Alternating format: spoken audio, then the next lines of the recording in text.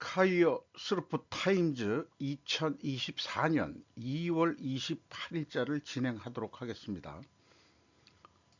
스루프 타임즈는 진행을 시작하면서 쭉 한국 저성장 구조는 뉴노멀이라는 표현을 해오고 있습니다.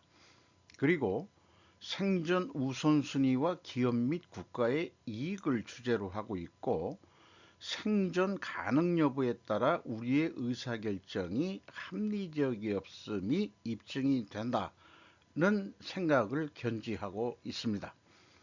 내용이 좋았다고 생각하시면 구독, 좋아요 부탁드리고요. 필요하시면 1.5 배속을 보시기 바랍니다. 한국 성장률 12위에서 7위로 올라서도 내수 발목 잡는 저성장 장기화, 잠재 성장률도 흔들린다라는 제목으로 중앙일보에서 일본판에서 보도를 했습니다. 작년 12위에서 올해는 7위로 경제협력개발기구 OECD가 이달 내놓은 주요 20개국 G20 가운데 한국의 경제성장 전망 수위를 7위로 전망을 했다는 거예요. 올해 2%를 겨우 넘기는 것으로 예상을 했지만 3년째 1 내지 2%대를 벗어나지 못하고 있고, 저성장 장기화로 잠재 성장률을 유지하기도 어려울 것이라는 우려가 있다, 그렇게 얘기를 하고 있습니다. 넉 달째 증가세를 보인 수출의 온기가 경제 전반으로 확산되기에는 역부족이다. 이창용 한국은행 총재는 22일 기자 간담회에서 내수 부진이 지난해 11월 전망보다 전체 성장률을 0.1포인트 낮추는 요인으로 작용했다, 이렇게 말을 했대요. 그리고 그런 내수 부진 등등의 구체적인 내용은 부동산 프로젝트 파이낸싱 PF 부실 여파가 있고, 고물가 고금리 장기화 속에 내수 부진 신호가 뚜렷해진 모양새다. 돈을 안 쓴다는 얘기죠. 음식 가격, 음식 가격 하나만 하더라도 그렇게 비싼 거 이제 안 사 먹겠다, 이런 얘기인데, 많은 그 전문가들의 그 말을 인용을 했습니다. 양준석 카톨릭 타위약이라는 게 이게 무슨 건지 검색이 안 되더라고요. 그 위약, 타위약, 경제학이라고 그러는데, 나중에 이거는 어떻게 더 좀 찾아봐야 되겠어요. 그 경제학과 교수는 사실상 저성장이 뉴노멀이라는 표현을 했는데, 진즉 제가 저성장은 뉴노멀이다라고 쭉 표현을 해오고 있었죠. 어, 그냥 농담 삼아서 제가 한 얘기를 갖다 베껴서 인용을 한 건지는 잘 모르겠습니다. 그리고 그런 그 저성장의 이 원인들을 얘기할 때는 저출산 고령화와 신성장 동력 저하 등 잠재 성장률마저 내리막길이다, 이렇게 얘기를 하고 있고, 하는 총재는 구조적 노력을 통해 어떻게 올려나갈지 국민적 공감대가 형성됐으면 좋겠다고 강조했다는 거예요. 이 하는 총재는 작년부터 계속해서 구조 개혁 얘기를 하는데, 뭔 구조 개혁인지 구체적으로 저는 뭔지 모르겠어요. 대한상의에서는 0%대 진입을 막을 수 있는 것은 혁신을 통한 생산성 향상, 많이들 하는 얘기죠. 이건 옛날 경기가 좋을 때도 항상 한 얘기가 생산성 향상, 신성장 동력 강화, 이런 얘기들을 쭉 해오고 있습니다. 좋을 때나 나쁠 때나 이거는 매번 써먹는 레퍼토리거든요.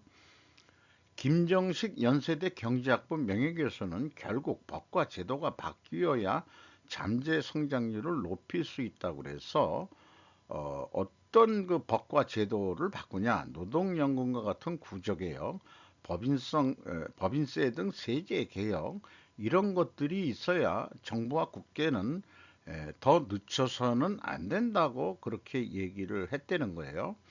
한마디로 법인세를 낮추면은 이제 세수가 준다고 해가지고 또 그거 좀 불만인 거고, 그렇게 됩니다만은, 뭐, 한 가지만 잘한다고 해서 경제 성장률이 크게 획기적으로 올라갈 일은 없겠죠. 경제라는 게 어떤 종합 그 성격의 일이니까. 이런 뉴스를 그 첫머리로 다뤄봤습니다. 그 연관해서 유사한 뉴스들을 우리는 검색을 해볼 수 있는데, KDI에서 대기업 일자리 부족이 입시 경쟁 저출산을 불렀다. 이런 제목으로 이희경 기자가 세계일보에서 보도를 했는데요. 중소기업 지원 정책 재검토해야 된다는 것을 큰 제목으로, 소제목으로 뽑았습니다. 대기업 일자리 비중이 경제협력기구 OECD에서 가장 낮은 수준인 만큼 생산성이 낮은 중소기업에 대한 과도한 지원 등 기업 규모 확대를 가로막는 정책을 재검토해야 한다는 제언을 했다는 겁니다. KDI에서. 그 KDI의 고영선 선임연구위원 부원장이네요. 이런 내용을 담은 더 많은 대기업 일자리가 필요하다는 보고서를 27일 날 발표했답니다. 정부가 아무리 노력을 해도 사교육이 사라지지 않는 이유는 결국 좋은 일자리의 부족에 있을 가능성이 높다. 이런 표현이 있고, 수도권 집중 현상도 결국 비수도권의 대기업 일자리가 상대적으로 부족하기 때문이다. 뭐 균형 발전하고도 연결되는 얘기긴 하죠. 중소기업 중에서 생산성이 낮은 기업이 도태돼야 생산성이 높은 기업이 중견기업 혹은 대기업으로 성장할 수 있는데, 정부의 과도한 정책 지원은 역동성을 저해할 수 있다는 것이다. 핵심적인 내용만 가져왔어요. 그러니까 망할 놈은 망하게 해야 다이내믹하게 다시 돌아갈 수 있겠다. 이렇게 얘기를 하고 있는 거죠. 그런데 읽어보고서 선뜻 받아들이기 쉽지 않은 제언인데, 인과관계 논리가 매우 저는 미흡하게 느껴집니다. KDI면은 그거 국책연구개발원인데,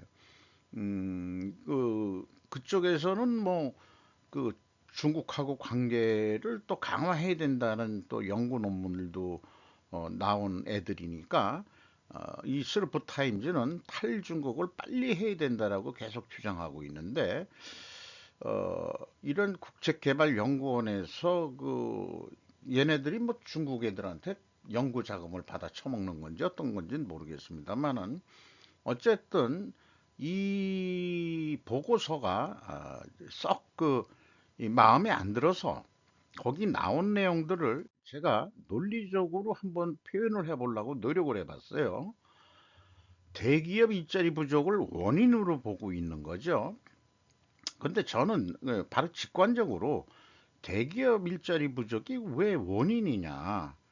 아, 그건 결과 중에 하나일 거지. 어떤 나타나는 증상.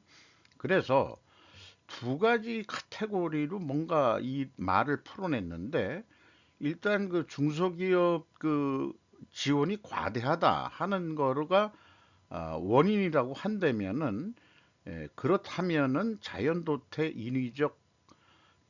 도태될 그런 기업들이 인위적 수명 연장이 된다. 그 인위적 수명 연장이 되면 중견 및 대기업으로의 발전이 저해된다. 중견 및 대기업의 발전이 저해된다면은, 그러면 비수도권 대기업 일자리가 상대적으로 적어진다. 이런 논리를 전개했어요. 이거를 원인으로 해놓고 대기업 일자리가 부족하다 하는 거로, 그래서 수도권 인구 집중과 치열한 입시 경쟁과 그 다음에 저출산까지도 얘기를 하고 있죠. 이렇게 얘기를 하고 있는데 이게 에, 방금 말씀드린 대로지 이게 결과 중에 하나지 원인은 아닐 것이다 이게요. 제 생각인데 생각을 해봐도 이런 결과를 원인으로 전도되니 결과의 모든 걸 만들어내는 복잡한 상관관계 수준으로 해석이 돼버립니다. 대기업이 악역을 하고 있는 꼴이 되는 거죠. 수도권 인구 집중한 거하고 치열한 입시 경쟁, 저출산. 그러면은 대기업이 나쁜 놈들이다, 나쁜 새끼들이라고 KDI는 얘기하는 꼴이나 마찬가지다 이거예요. 뭐 이따위 연구 논문 보고서를 그렇게 그냥 여과 없이 해도 되는 건지. 그래서 뭐 완벽하진 않지만 제가 생각할 때는 수도권이 인구 집중하는 이유는 근본 원인은 수도에 우리나라 서울 경기 일원에 정치금융이 몰려 있다. 그래서 저는 그 금융권을 전라도 광주로 좀 옮겨라. 그런 얘기를 하고 있는 건데 돈이 있는 곳에 사람이 몰리게 돼 있는 거예요. 그냥 단순하게 인간도 자연의 법칙처럼 물리적인 거로 보면은 되는 겁니다. 그러니까 돈과 권력이 있는 곳에 사람이 몰리게 돼 있죠. 이렇게 되는데 그래서 이 정치금융이 몰려 있어 가지고 모든 게 되는 게 아니고 수도권의 인구 집중이 되니까 치열한 입시 경쟁이 그래서 일어나고 또 수도권의 인구 집중이 되니까 부동산 가격이 폭등을 하고 이런 일이 일어나고요. 치열한 입시 경쟁이 일어나니까 높은 교육비를 지불하고 있죠. 우리나라가 1인당 GDP의 7.8배를 교육비로 쓰고 있다 그러죠. 22세까지 대학교 나올 때까지.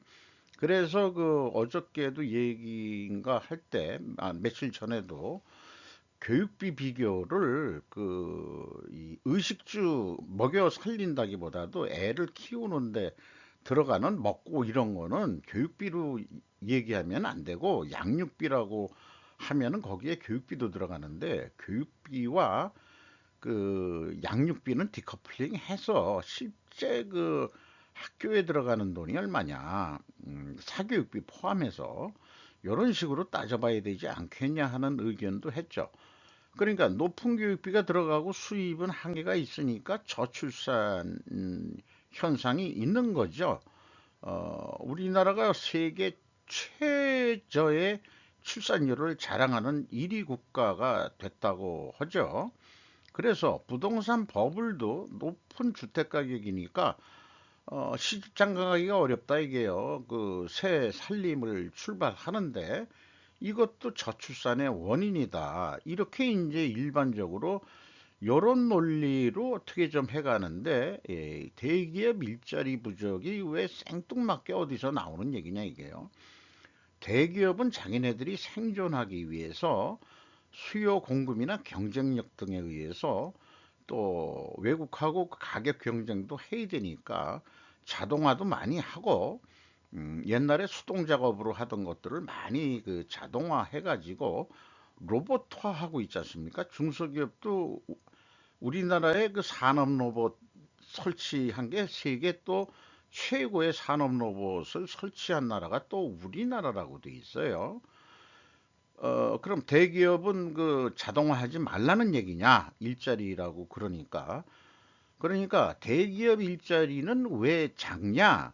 하는 얘기는 별개의 문제일 거다 이거예요. 그것이 원인으로 모든 거를 수도권하고 교육비가 많이 들어가고 저출산의 원인으로 모르는 것은 이게 뭐 상관관계는 어느 정도 있을지 모르지만은 뭔가 원인 결과 인과관계는 아니다 이거죠.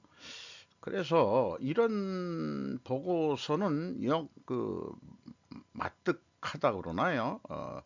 꽤 제 개인적인 수준으로도 뭐 이따위 글을 어떻게 KDI 이런 데서 내놓는지 이해가 안 간다 하는 의견을 좀 말씀드리겠어요. 감히 그 KDI의 부원장이라는 사람은 기분 되게 나쁘겠지만은 나도 되게 나쁘게 당신의 글을 읽었습니다. 라고 얘기를 할 수 있을 것 같습니다. 이런 와중에도 현대차 그룹은 어떻게 빅3 기업이 됐나? 미 CNBC에서 집중 조명했다는 제목으로 고성민 기자가 조선 비지에서 보도를 했습니다. CNBC는 현대차 그룹은 전기차 시장에서 테슬라를 비롯한 선두권 기업과의 간극을 좁히고 있다며 로보틱스, 자율주행, 미래항공 모빌리티 등 경쟁사가 포기하고 있는 영역에도 투자를 지속하고 있다고 언급을 했다는 거예요. 강력한 경쟁자 분야에서는 현대차그룹이 미국에서 보조금 혜택 등을 완전히 받지 못하는 어려운 상황에서도 전기차 판매를 잘하고 있다고 언급을 또 했고, 에드킴이라는 오토퍼시픽 수석 애널리스트는 현대차 아이오닉 5는 일반적인 기준에서 토요타의 동급 모델인 BG4X보다 우수한 제품으로 인식되고 있다고 평가했다는 거예요. 현대차는 일본 브랜드만큼의 품질을 갖추지 못했다는 평을 들으며 어려움을 겪었지만 품질을 높이기 위한 노력을 통해 경쟁력을 갖추게 됐다고 평가했다. 도요다가 세계 1위라는 자만심에 의해서 한 30년 동안 어, 그 시험 성적서를 위조해 왔다는 게 이번에 들켰죠. 상대적으로 한국 차에 대한 신뢰도가 더 올라갈 겁니다. 미국 시장에서. 그러니까 일본이라고 그러면은 일본이 거로 퀄리티, 품질이었는데 그게 저는 원가 그 회계 패러다임이 그게 근본적인 원인이다라고 저는 분석을 하죠. 그래서 스르프 세계의 사고방식으로 해야 된다. 그렇게 된다면은 현대차는 아마 사고방식이 공식적이든 비공식적이든 스르프 패러다임으로 그 경영을 할 것이다. 자기네들이 밝히진 않지만은 이렇게 저는 분석을 해볼 수 있겠어요. 나머지는 뭐 생략하고요. 조지아주에서 현대의 날을 선포했답니다. 멋진 파트너라는 캐치프레이즈로 해가지고 이건 조지아주의 그 공장이 아니고 조간도를 이렇게 그렸습니다. 아마 그 직원들이 출근하면은 여기 그 넓은 공터에 차들이 꽉 들어차겠죠. 주차장을 일단 만들어 줘야 되니까 그렇게 생각합니다. 어저께 그 일본의 이 뉴스를 하면서 GDP에서 무역액 비율 그걸 일본 언론 뉴스 거를 그 싱가포르하고 어디죠? 어디 그 도시국가 거기는 그 무역 뭐라 그러죠? 무역 거점 뭐 이게 이 중개무역 이런 데니까 거기는 빼고 어, 제가 다시 한번 작성해 보겠다 이렇게 한 것을 그래프로 한번 만들어 봤는데 독일이 이 GDP에서 무역액 비율이 86.66%고요. 한국이 2위로 86.26%입니다. 일본이 34.50, 경제 규모는 세계 4위죠. 독일이 3위로 올라섰고, 미국이 1위인데 1위가 20.84. 그러니까 내수로도 충분히 돌아가는 나라다. 이런 얘기가 되겠죠. 일본도 상대적으로 내수가 괜찮고, 중국이 무역 의존도가 41.46%니까 내수가 한 58% 정도 된다는 얘기고 그런 얘기니까 이거를 보면은 한국은 수출을 안 하면은 안 되는 나라다 이런 거죠. 옆칸이 벼가지고 한국가스공사 그 LNG 이게 이제 우리 그 생활에 도시가스 이런 거에도 그 매우 중요하니까 했는데 가스공사 매출을 보면은 44조 5천억 원대로서 13.9%가 감소했고요. 영업비용이 덜 감소했죠. 어, 그러니까는 그 원가가 더 올랐다고 봐야 되겠습니다. 영업이익이 36.9% 이 감소를 했고요. 영업이익률은 1.3% 떨어졌습니다. 그래서 한국공사가 그 원인을 얘기한 거는 매출액은 천연가스 판매 단가 하락이다. 또 판매 물량도 감소를 했다. 잘 안 쓰는 모양이죠. 단가가 하락했는데도 안 쓴다? 경기가 안 좋다는 얘기로 들리네요. 전년도 발전용 원료비 정산 등에 따른 영업이익이 또 내려갔다. 아마 그 LNG 수입 가격이 떨어진 것 같습니다. 그 전쟁이 있고 그럼에도 불구하고 러시아의 그 LNG 그거하고 미국의 그 세일 그 가스 이런 등등으로 해서 전쟁이 일어났더라도 미국의 생산량이 더 많고 싸게 공급을 하고 있는 게 아닌가 하는 생각도 있습니다. 당기순이익은 적자로 돌아섰는데 2조 4천억이나 되는 영업의 손실이 났어요. 이자 비용 증가, 투자 자산 손상.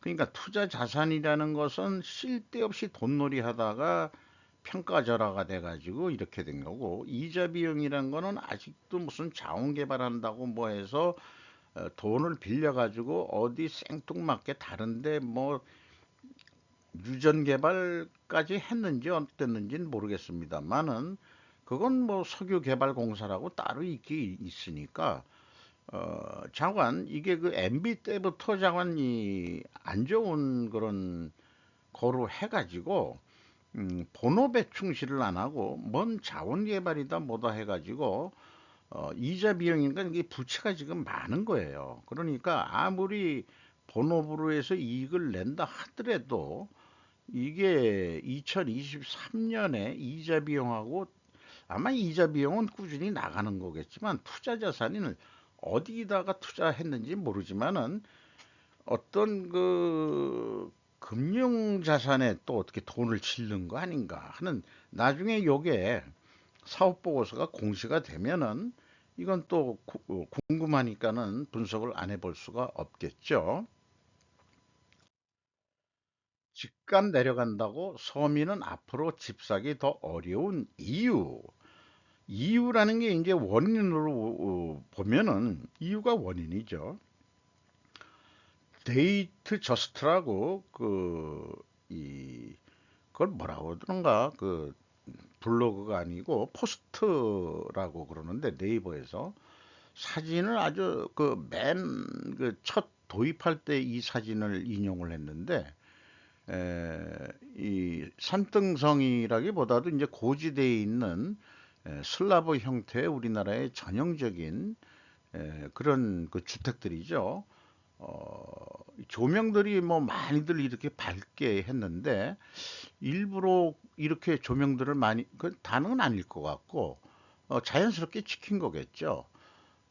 그런데 서민의 내 집 마련이 더욱 힘겨워지고 있다.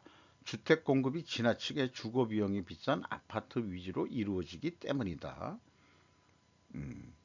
우리나라 아파트 선호 현상은 갈수록 아파트에다가 한다 이거죠. 갈수록 심화되고 있다 이렇게 얘기했는데 왜 아파트에 그렇게 하느냐 이런 것도 논리적으로 한번 또 나중에 생각을 좀 해봐야 될 것 같아요.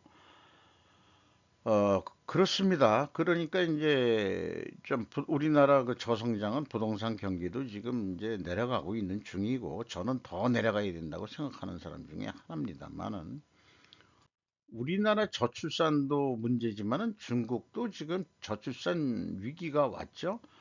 그리고 거기다가 모성애 거부하는 여성들이라는 제목으로 니콜라스 스미스가 텔레그라프에서 보도를 했습니다. 어떤 샘플 여성을 취재를 했는데 젊은 여성으로서 리사 팡은 그녀가 아이들을 원한다고 확신했습니다. 그러나 이제 37세의 나이에 성공한 사업가인 그녀의 경력은 매우 만족스러워서 모성에 대한 생각을 거부했다는 거예요. 요즘의 저출산 현상은 젊은이들의 사고방식의 변화 때문일 수도 있다. 이렇게 소개를 하고 있고, 출산율이 급락한 것은 7년 연속 중국에서 출산율이 떨어지고 있다. 그리고 이 그 여성분은 앞으로 3년에서 5년 안에 제 경력을 한 단계 좀 더 그 시프트 업을 좀 하고 싶다는 거고, 출장이 필요하면 그냥 가면 됩니다. 자기는 뭐 애들도 없고 하니까 제 직업은 저에게 안정감을 줄 수 있다. 그녀가 그렇게 말했다는 거예요. 인생의 기회를 잡아야겠다는 생각이 들어요. 이렇게 얘기를 하고, 경제적인 불확실성, 저렴한 보육의 부족, 중국도 교육비가 엄청 많이 들어간답니다. 과외를 시진핑 엄마가 없앴음에도 불구하고 교육비가 많이 들어간다는 얘기예요. 공교육비도 좀 비싼 모양이죠. 그러면요. 그리고 열악한 취업 전망에 직면한 졸업생들을 내쫓는 확대되는 교육 시스템도 중요한 동기다.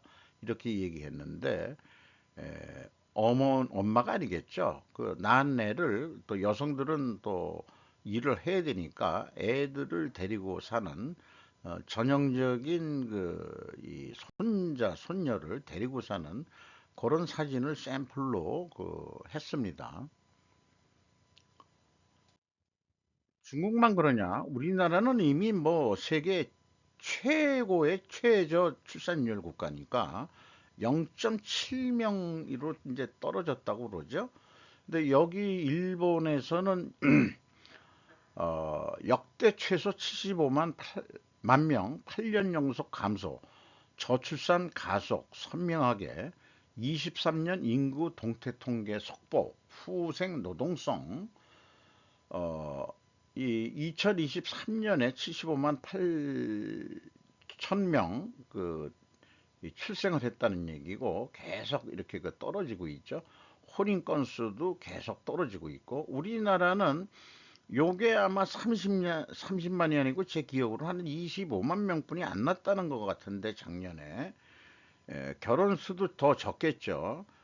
요런 게 이제 또 일본의 문제고 그다음에 그 연간 출생자 수는 1차 베이비붐이 일본은 1947년에서 2차 대전 끝나고 49년 사이 270만 명, 2차 베이비붐은 71년에서 74년, 요게 뭐 다이쇼 시대인가 뭐 경제 잘 나갈 땐가 뭐 그렇다는데 210만 명에 이르렀는데 지금 한 70만 명뿐이 안 된다 이거예요.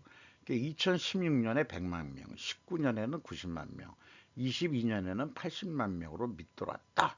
이렇게 소개를 하고 있습니다. 우리나라는 아마 30만 명, 아니 25만 명 그 정도로 떨어진 거로 그렇게 되는데 저는 이거 위기다 뭐 이런 식으로 저는 생각을 안 하고 그냥 자연스러운 현상일 수 있다. 이 지구가 이제는 그 더 힘들어서 니들 못 데리고 살겠어. 그런 식으로도 한번 좀 엉뚱한 생각을 좀 해보면 되지 않겠냐. 그리고 1인당 국민소득을 따질 때는 거꾸로 경제 발전을 지금 수준으로 하더라도 그 인구수가 줄면은 1인당 GDP는 올라갈 거 아니에요. 1인당 GDP가 얼마냐 가지고 그거 가지고 뭐 G7에 그 뭐 그런 거 따지고 그러는데 보는 관점에 따라서 틀릴 수도 있다 이 말이죠. 고령층이 많아가지고 뭐 생산성이 떨어지고 뭐 이런 얘기도 또 있습니다만은 자관 그렇다는 얘기고요. 그래서 왜 애들을 안 낳을까 하는데 이런 뉴스도 있습니다. Y 염색체가 사라지고 있습니다. 이것이 남자들에게 의미하는 바입니다. 알리사 브래드 퍼드라고 디저렛 뉴스라는 데서 보도를 했는데 출생 시 성결정은 아기가 가지고 있는 염색체에 따라 결정되고 암컷은 두 개의 X 염색체를 가지고 있는 반면 수컷은 1개의 X 염색체와 1개의 Y 염색체를 가지고 있다. 요거 읽으니까 중학교 1학년 때 배운 얘기예요, 이게. 생물학, 생물 시간에. 근데 이게 Y 염색체가 지금 줄고 있다 그런 얘기 한마디로 읽어보면은 여기 그 빨간 글씨로 Y 염색체는 우려스러운 속도로 분해되고 있다. 사실 인간이 원숭이로부터 갈라진 이후 2500만 년 동안 인간은 매우 적은 수의 유전자를 잃었을 뿐이다. 다른 동물도 비교를 해본 게 있는데 그건 다 생략하고요. 그러면은 이렇게 그 Y 염색체가 사라지는 게 안정되지 않으면 어떻게 합니까? 더 이상 남자가 없으면은 현재 재생산이 어려울 것이지만 450년은 긴 시간입니다. 없어지는데 450만 년 걸린다네요. 그러니까 우리가 인간이라는 이름을 쓰게 된 게 한 10만 년도 채 안 됐으니까 뭐 걱정할 필요는 없지 않겠소? 애들은 계속 낳는데 아마 그 출생률 저하도 남자들의 정자수가 감소한다는 설도 있죠. 왜 그렇게 그게 뭐 플라스틱이다 무슨 뭐 이런 것도 뭐 얘기를 끄집어내고 뭐 그런 사람도 있습니다만은 또한 Y 염색체가 사라지기 훨씬 전에 우리 종이 멸종 위기에 처할 가능성이 있는 다양한 시나리오도 있지 않겠냐. 뭐 인간이 그 자웅동체에서 태어나는 그런 일은 없겠죠. 진화라는 게 생존을 위해서 암수를 분리해 가지고 계속해서 그 유전자 교합을 통해 가지고 그 좀 더 좋은 유전자가 그 이게 남기도록 그렇게 이제 우리는 못 느끼더라도 그래서 날이 갈수록 그 인간이 미남 미녀가 돼가는 게 그렇게 자꾸 결혼을 해서 미남 미녀가 돼간다는 거죠. 그리고 나이가 먹더라도 그 이 어린애들은 그 이 동물들은 새끼 때 강아지나 이런 거 보면은 이 주둥이가 안 튀어나왔어요.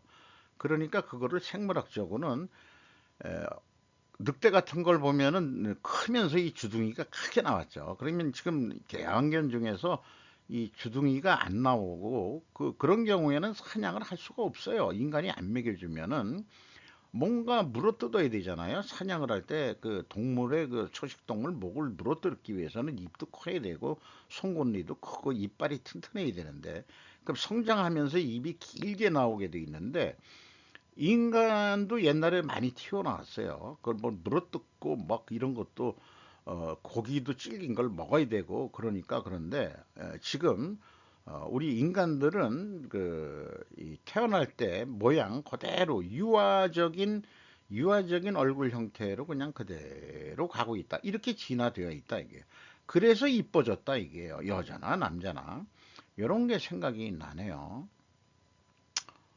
어쨌든 경제적인 면으로 또 좁은 그 땅에 뭐 수많은 개체들이 살면은 자연의 법칙은 이 출산율 그 출생수를 줄인다 하는 게 뭐 자연 법칙에 있다는 설도 있습니다. 음, 뭐 사회 인문학적으로만 젊은할 게 아니고 생물학적으로도 한번 검토해 볼 필요가 있는 얘기다. 그런 얘기겠습니다. 미, 한 우크라의 국방물자 더 지원하길 155mm 포탄 가장 필요하다. 요거 좀 우리나라 그 문제가 좀 있어가지고 직접은 못 판다, 못 준다. 그래서 미국이 사가지고 줬죠. 어, 그렇게 기억하고 있는데 이제 북한이 러시아한테 미사일이 간다는 거 이미 다 공개가 됐으니까 포탄하고 이제 떳떳하게 그냥 그 우크라이나한테 직접 가도 되지 않겠냐. 그렇게 미국 그 국무부 부차관보인데 유리 김인데 아마 한국계 그 같습니다. 얼굴이 좀 날카롭게 보이네요. 뭐 여기 내용은 뭐 이렇고요. 그래서 이 인도적인 차원을 이제 넘어서 살상무기까지 좀 지원해야 되지 않겠냐고 미국이 요구를 하고 있는 거네요. 네, 이거 대응을 잘 해야죠. 음. 어저께 그 스웨덴의 나토 가입을 한번 다뤘습니다만 국내 뉴스에서 그린 거를 좀 가져왔어요. 그래서 뭐 언론사가 틀리기 때문에 한 언론사는 요렇게 그 그림을 그렸고 그 다음에 이제 한 언론사는 또 요렇게 그림을 그려가지고 했는데 어쨌든 그 표현 중에 하나는 군사 강국 스웨덴 200년 중립국 품은 나토 발트해서 러 완전 포위 요게 발트해 모양이에요. 발트해 모양인데 핀란드가 먼저 가입을 했고 작년에 스웨덴이 이번에 가입을 했고 그렇습니다.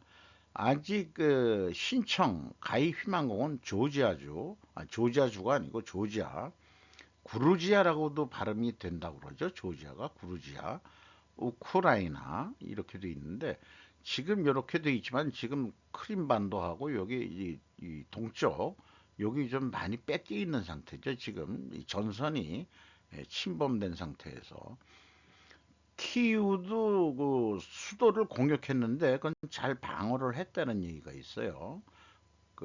그렇고 바이든의 녹색 에너지 계획은 납세자들에게 수십억 달러를 중국 기업들에게 쏟아부을 것. 데이비드 블랙먼이 또 텔레그래피에서 보도를 했는데 미국이 그 중국하고 디커플링 한다고 해서 또 IRA 뭐 이런 거로 해가지고 했는데 한마디로 또 그 중국은 쥐들도 먹고 살려니까 예를 들어서 중국 전기차 업체 BYD는 미국, 멕시코, 캐나다 협정 USMCA라고 돼 있는데 이 조항을 악용해 미국 시장에 진출할 수 있는 멕시코 공장 투자 기회를 지금 모색하고 있다 그런 얘기고 우리나라는 그 미국에 직접 공장을 짓고 있죠. 그런데 이제 중국 자본은 안 된다는 게 있으니까 멕시코에다가 저더라도 멕시코하고 무역, 그 나프타라고 전에 얘기했던 것 같은데 그게 다시 USMCA로 된 것 같아요. 그러면은 그래서 이런 거에 그 법의 허점을 이용해 가지고 지금 미국 시장을 또 공략하고 있다. 그리고 현재 이미 그 실질적으로 세계의 그 세계 시장에서 중국의 태양전지, 전기차 배터리, 그 다음에 기타 관련 부품 제조업체들도 어, 세계 시장을 중국 업체들이 다 그 점유율을 그 차지하고 있는데 이런 것들도 이제 그 기회가 이제 생긴다 이런 얘기겠죠. 그리고 중국과의 이해관계자들이란 게 이제 미국 내에서도 중국과 교류해가지고 돈 벌었던 업체들도 많겠죠.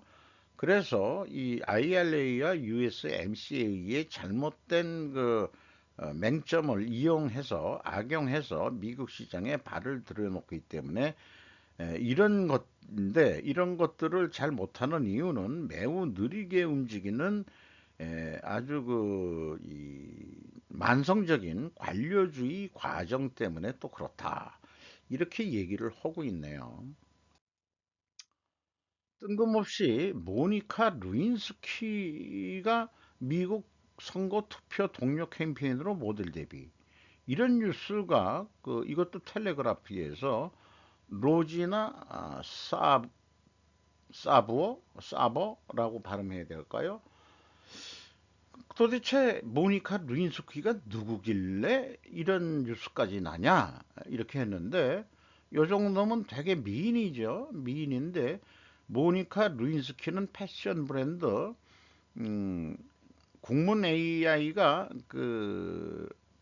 뭐 리포메이션이라고 해서 무슨 혁명 이런 뜻인데 그게 번역할 필요가 브랜드니까 브랜드명이니까 리포메이션으로 그냥 제가 원어를 가져왔어요. 에 의해 젊은 여성들에게 개인적인 영웅으로 묘사되고 있다. 그래서 보니까 옛날에 그 스캔들 빌 클린턴인 모니카 루인스키가 90년대 중반 인턴이었을 때 바람을 피운 사실을 인정했습니다. 저도 좀 기억하는데 영어로 인터코스라는 표현이 나왔다는 거예요. 그 저기 그 클린턴 요 친구가 지금은 뭐 늙었죠? 늙었는데 뭐 저보다 더 늙었을 걸 아마. 자기는 인터코스는 안 했다. 우리말로 삽입은 안 했다. 이런 얘기를 했다는 거가 그냥 갑자기 기억이 나네요. 어, 뻔뻔한 거짓말을 하는데 이런 남편을 대통령 했던 그 클린턴 여사가 또 여장부면 여장부겠죠. 저 그런다고 뭐 이혼하면 무슨 될 수 있겠어요. 자기도 정치적인 야망이 있는데 참 재미있는 부부들이에요. 재미있는. 그래서 뭐 이 선거 투표 동료 캠페인 모델이라고 그래서 찍힌 사진 그냥 가져와 봤어요. 늘씬하고 몸 관리 잘했네. 지금 한 50대랍니다. 아주 잘했네요. 뭐 이렇게 여자들이 나이 먹어서도 이렇게 날씬한 것은 쟤는 그렇게 얘기를 합니다. 돈의 힘이다. 아줌마들이 뚱뚱해지는 것은 모두 남편의 죄다. 이렇게 얘기를 할 수밖에 없을 것 같습니다. 혼자 살아도 이렇게 날씬하다. 뭔가 이게 돈의 힘이 있다 이거예요. 저는 그렇게 생각합니다. 운동을 하려고 해도 돈이 들어가잖아요. 이젠 돌이킬 수 없어. 우크라이나를 침공하면서 러시아가 저지른 실책 5개. 데이비드 브레넌이라는 사람이 뉴스위크지 일본판에서 보도한 내용인데요. 자관, 뭐 쭉 한번 이거는 읽어보시면은, 제가 일일이 읽는다기보다도 한번 좀 눈으로 감상을 해주시면 좋겠고, 뭐 가장 큰 잘못은 이 전쟁을 시작했다는 것인데, 그건 뭐 이미 일어난 거니까 그거 얘기해서 뭔 소용이 있나 하는데, 5가지 중에서 요렇게 네모 굵은 검게 표시한 거, 키이우로 향하는 차량 행렬이 정체됐었다. 요거 이게 물류, 그러니까 지금 현대 전쟁은 물류인데 이거 실패했다 이게요. 그래서 이 수도 키이우 공략이 실패했다 이런 얘기고, 그 다음에 흑해에서 그 러시아 군함들이 굴욕적으로 손해를 입었다. 우크라이나는 이 해군이 없는데 뭔가 수상 드론 이런 얘기도 나왔고, 뭔가 이 소련의 아니 러시아의 배를 공격해서 뭐 많이 부셨다라는 얘기도 있었죠. 그 다음에 세 번째가 선의의 표시, 최전선에서 정체된 현재의 전황은 유동적이고 기계화된 전투가 수주에 걸쳐 펼쳐지고 영토가 크게 변동된 2022년 전투와는 크게 다르다.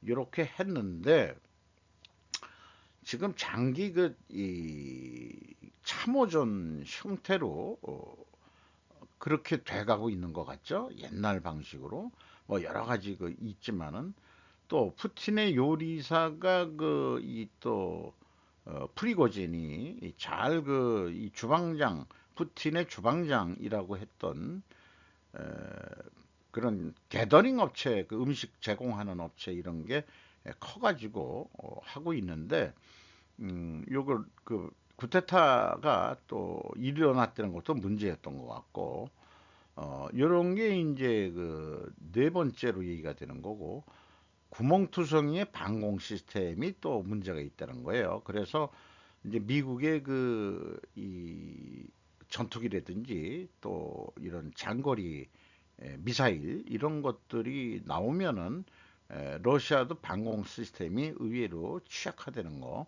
이런 것들을 얘기를 해주고 있네요. 그래서 요즘에 이런 게 이 전쟁이 좀 3년 정도로, 우리나라 한국 전쟁이 3년 걸렸는데 장기전으로 가면은 문제는 뭐냐? 그러니까 아주 냉정한 얘기로 2차 대전 말에 일본에 상륙하려고 미국 군수산업 업체들이 상륙 작전 얘기를 두고서 들이다 그냥 무기를 많이 생산했는데 원자폭탄으로 그냥 딱 이겨버렸기 때문에 두 방으로 그 무기를 쓸 데가 없어가지고 한국 전쟁이 일어났다 하는 그런 분석도 있어요. 소련하고 에치슨 라인이라는 거 만들어가지고 미군이 철수하죠. 물론 소련군도 철수하죠. 그래서 김일성이가 오판을 하게 만들어 가지고 한국 사람들이 수백만 명 죽었다고 그러는데 전쟁통에 죽거나 말거나 자기네들은 무기를 팔아야 된다. 군속체는 이런 거로 아주 비판적으로도 볼 수 있는 거죠. 그래서 구시대 전쟁 무기의 소진과 함께 새로운 무기들, 드론 이런 것들, 신식 무기, 위성 통신으로 이 통신하는 것 등 이런 것들을 지금 시험하는 무대 같기도 하다는 느낌을 지울 수가 없어요. 그러니까 우리가 많이들 얘기할 때 짜고 치는 고스톱일 수도 있지 않느냐. 뭐 이런 생각도 좀 해보고 뭐가 진실인지 모르지만 그 정도로 이런 식으로 하면 요거는 음모론에 들어가고 소설을 쓰세요라는 얘기를 듣는 거죠. 그러나 그런 느낌 같은 느낌이 들어오겠다는데 어쩌겠습니까? 이상 마치도록 하겠습니다.